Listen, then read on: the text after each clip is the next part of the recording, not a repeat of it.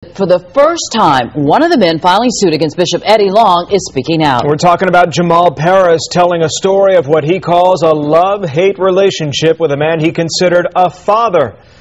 Senior I-Team reporter Dale Russell first broke the story. He's here with his exclusive report. Dale? Tom, following Bishop Long's sermon on Sunday, we caught a plane to Colorado, home to Jamal Parris, the oldest of all the accusers in the case, and in a parking lot late at night, he told us a story of love, anger, and a desire to protect other young men. This is a very serious allegation, but no one has heard from you.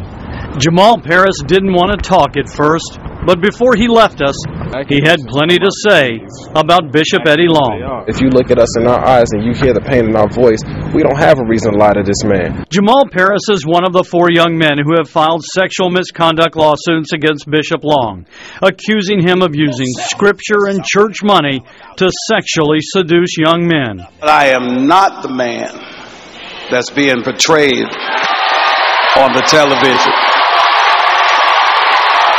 That's not me. On Sunday, Bishop Eddie Long spoke out for the first time, never flatly denying the claims, but vowing to fight. I feel like David against Goliath. Since the lawsuits were filed last week, none of the 4 young men involved have talked publicly. Until now, we found Jamal Parris shopping at a 24-hour store in Colorado. Initially, he was reluctant to talk. Dale Russell of Fox 5 News in Atlanta. Can we talk to you for a second? But once he started, he told a riveting story about how as a young teen, a 14-year-old with no father in his life, he joined New Birth Missionary Baptist Church. Bishop Eddie Long came into his life. He said Long said to call him Daddy and to trust him with spiritual guidance. I loved him, and I'm always going to have love for the things that he taught me. But how he left us, it hurt worse than anything I ever felt in my life. Parris claims in his lawsuit the father-like figure used scripture to justify sex, and he lavished money, cars, jewelry, trips in the bishop's private jet, even homes for some teens, sometimes with funds from the church coffers. You finally have a father that you've always wanted for and always dreamed of would just walk away from you if you don't give him what you want. So you end up turning into something you never thought you'd be, which is now a slave to a man that you love. Jamal says the bishop began a slow sexual seduction, which became intimate and more intense after the young boys became of legal age. So while the media and the press and the rest of the people around the city or around the country look at us like, how can a grown man let another man touch him? What you have to understand is this man manipulated us from childhood. This was our father, and we loved him. Through his attorney, Craig Gillen, Bishop Long has called the allegations in the lawsuits false. In the end, Parris says when the bishop loses interest in sex and sets his sights on other young men, the boys are left behind. This man turned his back on us when he had no more need for us. That's not a father.